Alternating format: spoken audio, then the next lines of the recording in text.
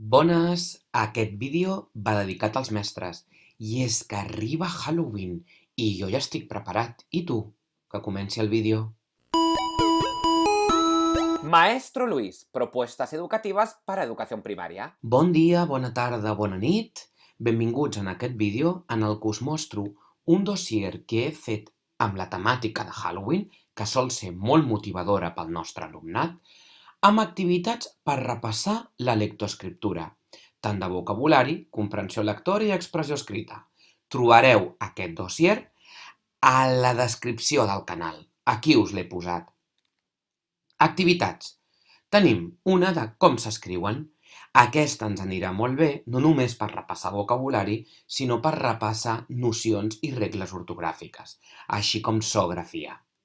Hi ha les típiques errades com barret i baret per identificar la doble R que acostumen a fer, i després tenim una de l'abecedari, bàsic per començar el curs, tant amb lletra majúscula com en lligada.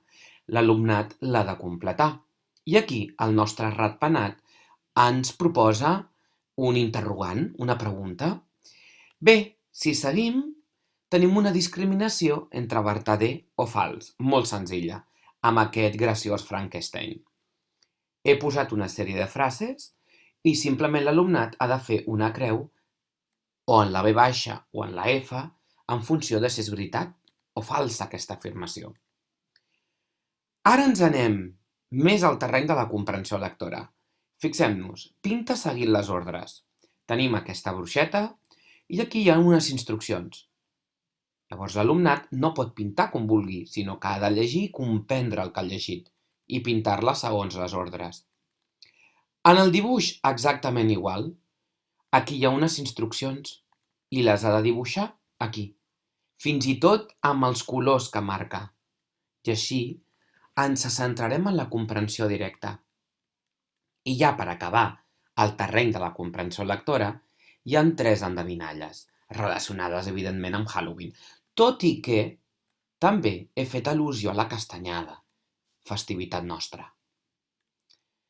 Ja el que és l'expressió escrita, primer de tot, relacionem frases. I així tornem a repassar l'estructura d'una oració. Hi ha 4 oracions que les han de relacionar i copiar-les aquí. Després, entraríem ja al taller de frase. He creat una escena en la que l'alumnat ha d'escriure el que passa en aquesta escena. Per exemple, amb un modelatge. Un exemple. L'espantaocells saluda a un gat negre.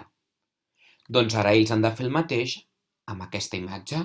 Doncs un fantasma duu o porta un globus en forma de cor. L'esquelet porta o aguanta o subjecta una carbassa. I així amb la resta de pantalles.